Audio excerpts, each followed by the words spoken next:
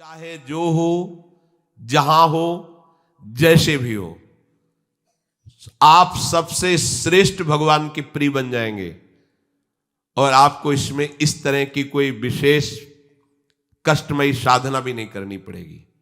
श्रीमद् भागवत में कहते हैं, अहो बत स्वपचतो गरीयान यज्जिह्वाग्रे वर्तते नाम तुभ्यम।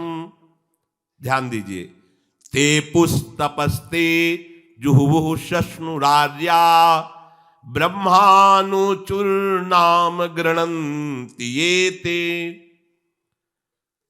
जिसके जिह्वा में राधा राधा राधा, श्री हरि राधा, राधा कृष्ण, राधा वल्लभ, राधे श्याम, या जो राम कृष्ण हरि शिव नाम जो तुम्हारे गुरुजी ने दिया हो या जो तुम्हें प्रिय लगे, मन से नहीं कह रहे, यज्जिह्वाग्रे वर्तते नाम तुभ्यम।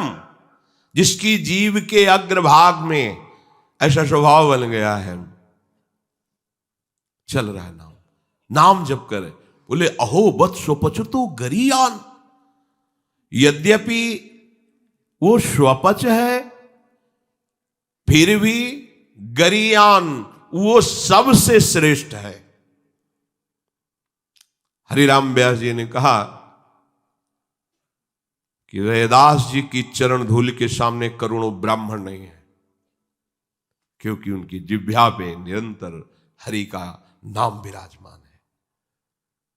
इसीलिए यहां ब्रजवासी सब ब्रह्मा से भी परम पवित्र और श्रेष्ठ माने गए हैं। व्यास मिठाई विप्र की तामे लगे आग, वृंदावन की स्वपच की जूठन खाइए मांग। हे बड़े मस्त हैं ब्रजवासी।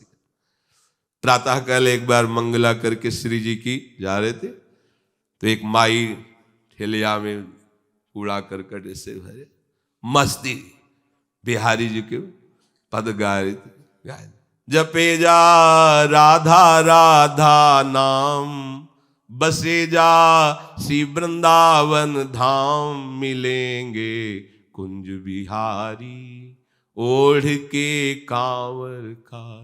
ठेलिया ऐसे कूड़ा के लिए रोका और कुछ भेंट दिया, चरणों में प्रणाम किया।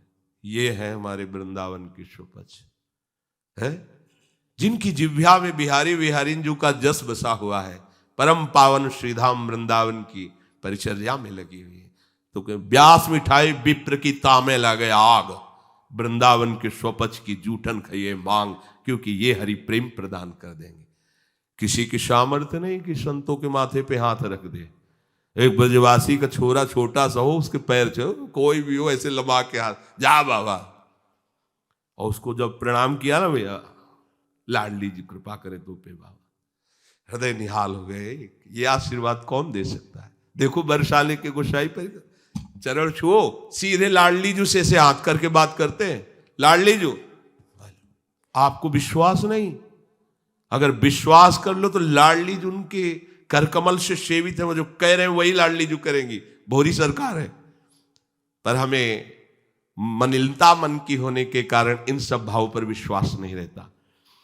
कह रहे कोई भी तपस्वी उसकी समानता नहीं कर सकता।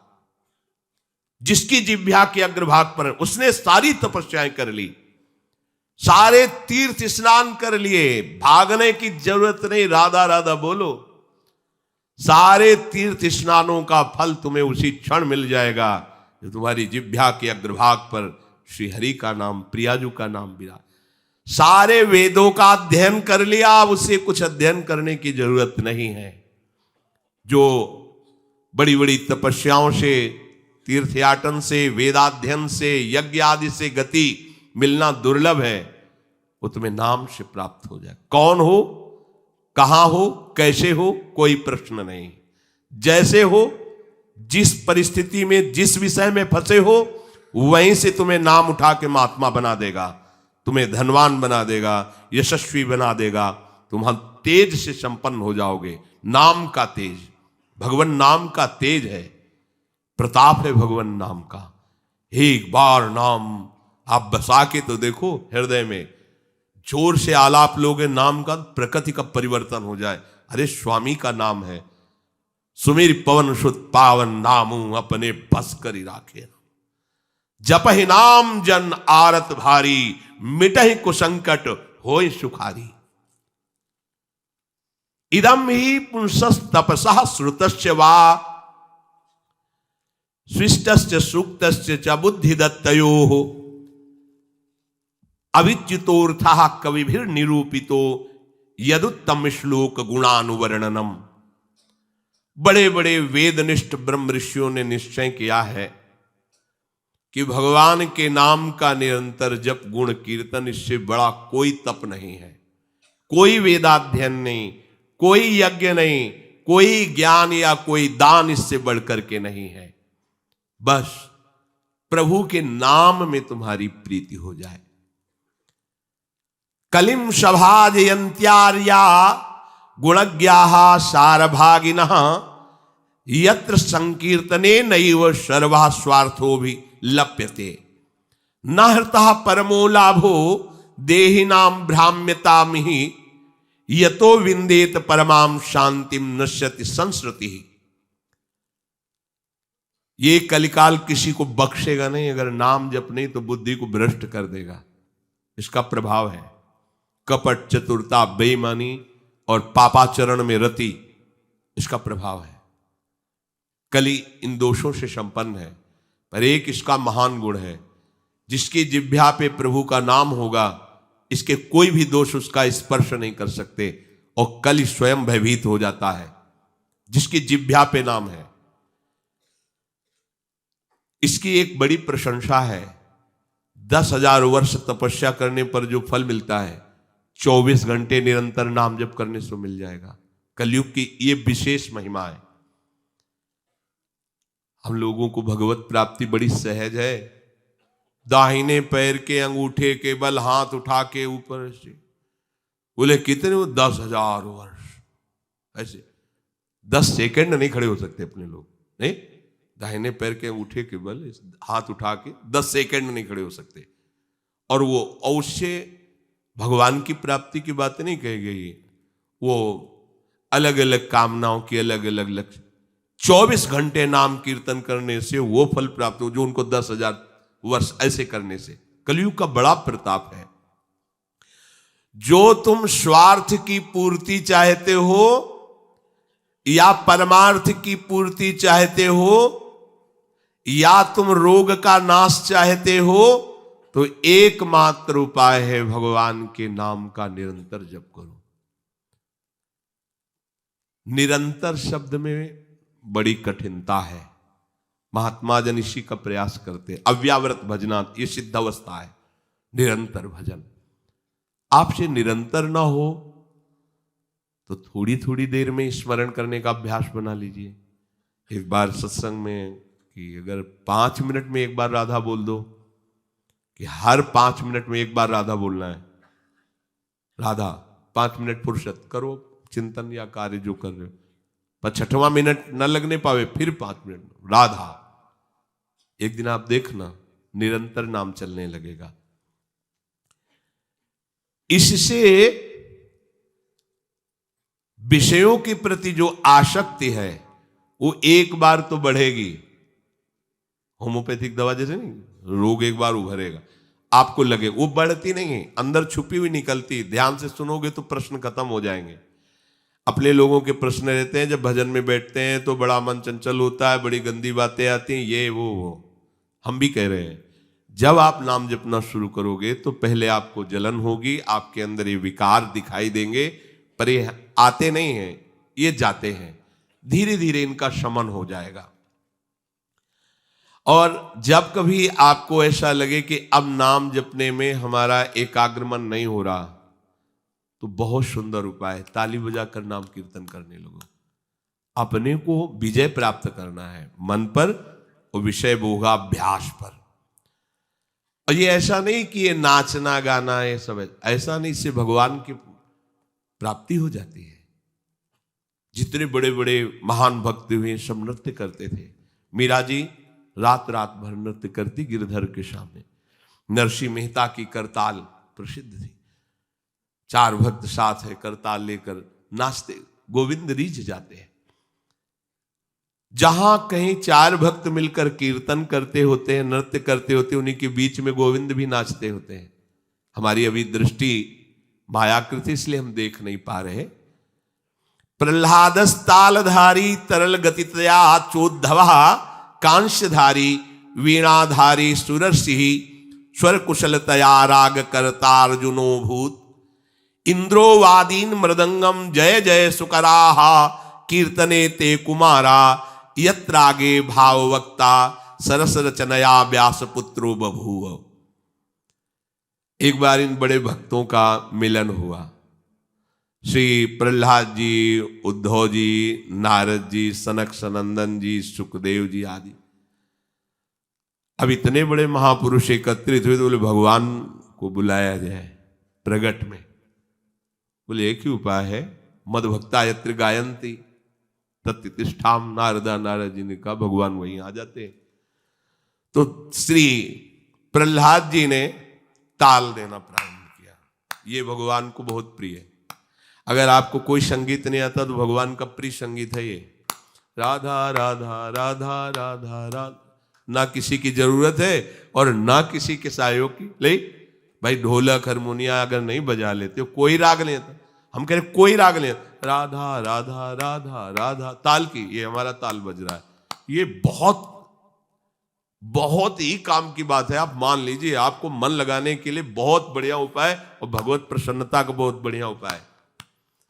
जहां आपका मन न लगे, शुरू आप देखना मन लग जाएगा। उद्धव जी ने मंजीरा उठाया। अब मंजीरा सब कोई न बजा पाए तो ऐसे ही उसको करते हो, राधा राधा राधा जय जय राधा वल्लभ श्री हरिवंश राधा वल्लभ से वो आ जाएगा बजाना। हम ये देख रहे हैं कि प्रभु समस्त कलाओं से युक्त है और आप उनका गुणगान करो तो सीख जाएंगे। इतनी बड़ी बच्ची है, स्कूल ही नहीं गई, पूरी चतुरासी जी कंठस्थ सुधा निधि। आश्चर्य है, सुधा निधि के श्लोक बोलने में व्याकरण पढ़े हुए भी लड़खड़ा जाएंगे और ककहरा नहीं पढ़े, गई नहीं स्कूल। ये सर्वाश्चर्य में सकल विद्या विदित रहस्य श्री हरिवंश हित। हमारी स्वामिनी सकल विद्या विदित है, आश्रय निर्मल हृदय ने लिया, वाणी प्रकाशित है। श्री चतुरासी जी कंठ। हम तो आश्चर्य, पर सर्वाश्चर्य में स्वामिनी जो, इसलिए क्या नहीं आपको ज्ञान हो जाएगा। आपको क्या पता नहीं चल जाएगा। जब प्रभु का पता चल गया तो सब उन्हीं में समाये हुए, सब ज्ञान आ जाएंगे। श्री उद्धव जी ने मंजीरा उठाया और नारद जी का प्रसिद्ध वाद्य यंत्र तो वीणा जी है ही, और अर्जुन जी राग आलापने लगे। इंद्र ने मृदंग बजाना शुरू किया। सनक सनंदन बीच बीच में जय हो, ये कोई हंसी मजाक नहीं, जैसे कीर्तन में आप लोग बोलते हैं जय हो जय हो जय हो, आप बोलते हैं ना, ये साधारण बात नहीं है। भगवान बहुत प्रसन्न होते हैं इससे। बोले ये सनक सनंदन सनातन सनत कुमार बीच में नाम कीर्तन में जय ध्वनि बोलने लगे, जय हो जय हो। और सुखदेव जी भावभंगियां प्रकट करने लगे। जीव ही एक कीर्तन और नृत्य हुआ तो बीच में देखा प्रभु प्रकाशित हो गए। तासा मावीर भूत छोरी स्मयमान मुखाम जा पीतांबर धरासरग भी साक्षान मत। और वो भी कोई खड़े लए हुए, वो भी तो नटवर नागर हैं, सकल कलाओं में प्रवीण। तो प्रभु नृत्य कर रहे हैं, भक्त जन आसपास मृदंग में। कैसा आनंद! ये जो आनंद आपको आता है, तो आनंद कौन है जानते हो? श्री कृष्ण। सच्चिदानंद रूपाय, उनका रूप क्या है? आनंद। आपके हृदय में उमगल, सबके हृदय में भगवान आ रहे हैं। पर बोले हमारा अनुभव नहीं हो रहा, मलिन यंत्र है, यही करते रहो। थोड़ा आनंद आया ना, अब पूरा आनंद आ जाएगा। और जिस दिन पूरा आनंद आया, उस दिन से फिर तुम्हें कोई घसीट नहीं पाएगा। माया का जो आकर्षण है। भगवद आदि पुरुषस्य नारायणस्य नामोच्चारण मात्रे निर्धूत कलिर्भवति। जो प्रभु श्री हरि का नाम उच्चारण मात्र करता रहता है, कोई भी कलयुग का दोष उसके अंदर। कलयुग बड़ा सूक्ष्म विषय है। देखो, गर्भ में ही जिनको भगवान का साक्षात्कार हो गया था, वो परीक्षित महाराज देखा कि एक जो शूद्रवत आचरण करने वाला पैर से मार रहा है, डंडों से मार रहा है बैल को, बीच बीच में लात। ये ध्यान रखो, किसी को भी पैर से कभी, सब में श्री भगवान है, कभी ऐसा दंड विधान किसी के लिए हो जैसा, पर ऐसे सहज में किसी को अपने पैर न लगे। अपने लोगों का परमार्थ है ना, कोई अगर लेटा हुआ है तो उसे नांगने की जरूरत नहीं, घूम के भले चले जाओ, उससे प्रार्थना करो कि आप पैर हटा लीजिए। ये ऐसे किसी को नांगना, किसी के पैर मारना, ये सब गंदे आचरणों में आता है। ये भक्तों के द्वारा ऐसा नहीं होता है। हमें तो आश्चर्य हुआ, पूज्य श्री चंद्रशेखर बाबा के एक जो अंग सेवी थे, उन्होंने बताया कि बाबा का श्री चरण एक बार हमारी पादुका को छू गया, तो बाबा पादुका को ऐसे छू के ऐसे, हम कहा अरे बाबा हम मर गए, ये क्या हमारी पादुका? बोले अब तुम थोड़ी हो, तुम तो हरि के शरणागत वैष्णव हो गए। अब वैष्णव की पादुका पूज्य होती है, उसमें पैर कैसे? बाबा के वो शिष्य हैं और बाबा उनकी पादुका को, ये है भाव, वैष्णव भाव, ये भगवत भाव। हम गुरु हैं चेले का तो ऐसा नहीं, पूज्य हो गया, वो भगवान का दास हो गया। हम तो पोस्टमैन हैं, हमें जो मिला वो इधर दे दिया, लेकिन वो वही है, उसको उसी भाव से देखे कि भगवान का निज जन, भगवान का भक्त है। लात से मार रहा था, डंडों से मार रहा था, उनका रुक जा, हमारे राज्य में कोई हमारे ऐसे धर्मयुक्त पशुओं को दंड दे और मेरा भय ना हो, ऐसा कौन पैदा हो गया? नजदीक गए तो जब देखा कलयुग ने कि ये तो प्रचंड काल रूप है, भगवत भक्ति से संपन्न थे, तुरंत उसने पाग उतारी चरणों में, महाराज रक्षा कीजिए और मुझे भगवान ने ही सेवा दी, अब मेरा समय आ गया है, अब मैं राज्य करूंगा। अच्छा तेरा समय है? कलयुग? जी हां। देखो उसका परिचय कहां से हुआ? अधर्माचरण से ही। तो उनका जब तक मैं जीवित हूं तब तक तेरा राज्य नहीं आने दूंगा, हमारी प्रजा में अधर्माचरण फैल जाएगा। तो उनका आपको कुछ न कुछ तो स्थान देना ही होगा हमारे लिए कि आप, ठीक है, मदिरालय और जो मदिरा सेवन करे और जहां शरीर को बेचा जाता हो, भ्रष्ट आचरण किए जाते हो, जहां जुआ खेला जाता हो, ये द्वैत कीड़ा, मद्यपान करना, व्यभिचार करना।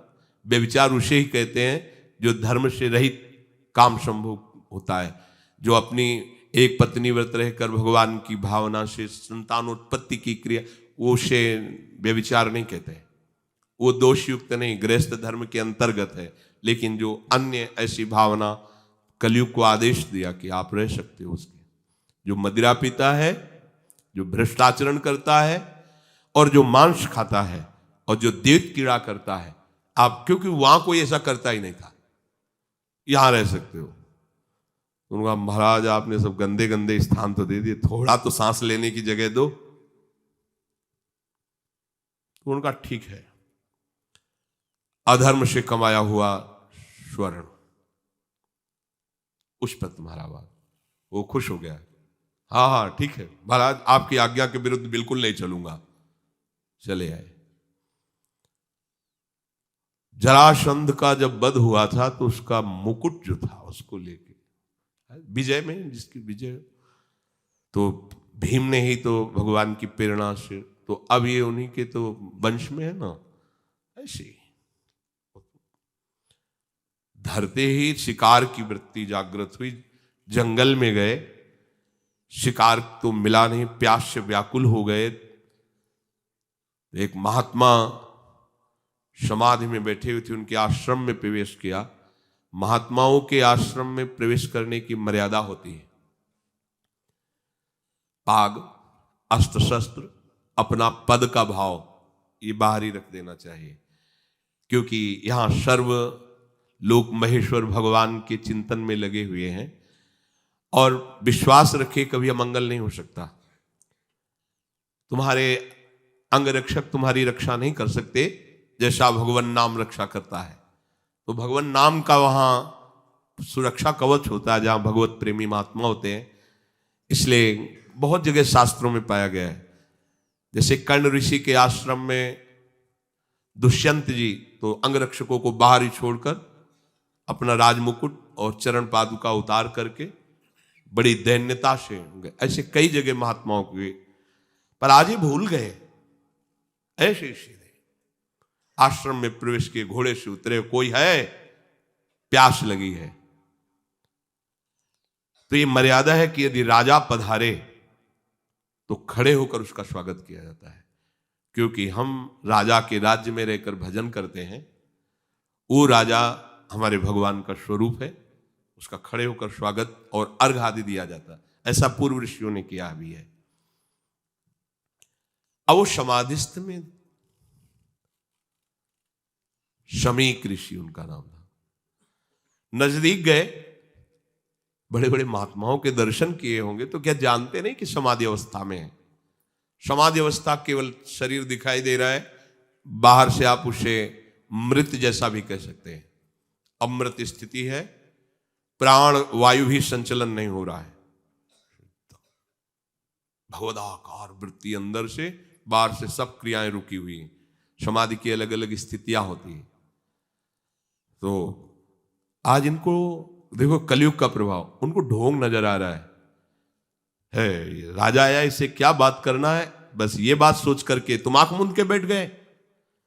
और बाहर निकले, देखा एक मरा हुआ सर्प पड़ा हुआ था, उसे उठाया, उनके गले में डाल दिया। ऐसे ये कलयुग का दोष। एक महात्मा पर पाखंड का आरोप, जब कलयुग चढ़ जाएगा तो तुम्हें सब ऐसे नजर आएगा, सब पाखंडी है, सब भ्रष्ट हैं, अरे सब नाटक है, कलयुग का स्वभाव। और उनका अपमान करने की चेष्टा, ये अपमान है।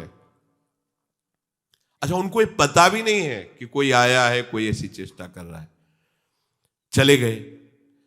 कुछ ब्रह्म ऋषि बालक कोई सेवा कार्य से आश्रम में प्रवेश किए तो देखा शमीक ऋषि के गले में मरा हुआ सर्प। तो वहां बाहर वनवासियों से पूछा कौन आया था, बोले चक्रवर्ती सम्राट महाराज परीक्षित। दूसरा कोई नहीं गया? नहीं। तो ऐसा अमंगल कार्य, इतना उनका अभद्र व्यवहार एक ब्रह्म ऋषि से। छोटे छोटे बालक ही ऋषियों के थे, गए और श्रृंगी ऋषि तर्पण कर रहे थे सूर्य भगवान का, तो जाके कहा कि आपके पिता के गले में मरा हुआ सर्प महाराज चक्रवर्ती सम्राट परीक्षित ने डाल दिया है। ऐसा धर्म का शासन करने वाला राजा अब इतना अधार्मिक हो गया कि संत महात्माओं की स्थिति को भी नहीं जानता और अपमान कर दिया। ये समझते हैं कि इनको कोई दंड नहीं दे सकता, तो ये भूल करते हैं। ये दंडधारी राजाओं से भी बढ़कर प्रचंड दंड देने का अधिकार ब्रह्म ऋषियों के बालकों को भी है। जल उठाया और कहा मैं सत्य को साक्षी करके इस राजा को शाप देता हूं, 7 दिन के अंतर्गत भयंकर रूप धारण करके तक्षक डसे, उसके 7वें दिन मृत्यु हो जाए। अब बधाए अपने पिता के गले में लिपट कर रोने लगे। बहुत हिलन डुलन रोने की आवाज, धीरे धीरे प्राणवायु संचलित हुई। आंख खुला और कहा रो क्यों रहे हो? उन्होंने कहा कि गले में सर्प डाल करके परीक्षित जैसा अपमान, कोई बात नहीं है, और हमें चाहिए था कि हम उनका उठकर स्वागत करते, उनको जलादि पिलाते, गलती हमारी है। देखो ब्रह्म ऋषि। तो अन्य ऋषि बालकों ने कहा कि श्रृंगी ने तो शाप दे दिया, तुमने भयंकर ऐसा कैसे कार्य, वो शाप के योग्य है? क्या शाप दिया? बोले 7 दिन में तक्षक सर्प आएगा, डस लेगा। अब तो उनकी भी सामर्थ्य नहीं, पिता की भी कि मिटा सके। ब्रह्म ऋषि के वचन ऐसे नहीं होते। अब तो ना ब्राह्मणत्व रह गया, ना तपस्या रह गई, न भजन रह गया है, ना भाव रह गया है। दिन भर हम झूठ बोलते रहते, तो हम कुछ भी बोले क्या लागू होगा? जो सत्य का चिंतन करता है, ब्रह्मचर्य से रहता है, सत्यवाणी बोलता है, वो आज भी बोल दे तो वैसे ही हो जाएगा जैसा बोलेगा। एक बालक के वचन को ब्रह्म ऋषि भी नहीं मिटा सकते। अपने शिष्यों को भेजा, जाओ निवेदन करो महाराज परीक्षित को। उधर हो गए, जीव ही मुकुट उतार कर ये क्या हो गया, मेरे द्वारा ये क्या, हाय हाय मच गया हृदय में। मैं किसी महात्मा के साथ ऐसा व्यवहार कैसे कर सकता हूं, भगवान मुझे दंड दे। ये है धर्मात्मा का, भगवान मुझे दंड दे, बिल्कुल क्षमा न करे। इतने में ऋषि के शिष्य पहुंच जाते हैं और कहा महाराज आपको एक सूचना है, वो बड़ी अशुभ सूचना है। आपके द्वारा जो कृत्य हुआ उसका दंड विधान संगी ऋषि ने कर दिया है। आज के 7वें दिन तक्षक सर्प आपको डसेगा, आप अपना उपाय कर लीजिए। कल्याण का, बचने का तो कोई उपाय ही नहीं है। बहुत प्रसन्न हुए, जैसे किसी ने उनको महासुख दे दिया। ये है भगवान के आश्रित, कोई भी साप ताप भय नहीं प्रदान कर सकता।